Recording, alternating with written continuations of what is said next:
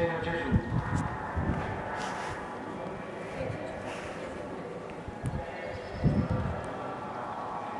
Ave Maria, piena di grazia, il Signore è con te. Tu sei benedetta fra le donne, e benedetto è il frutto del tuo seno, Gesù.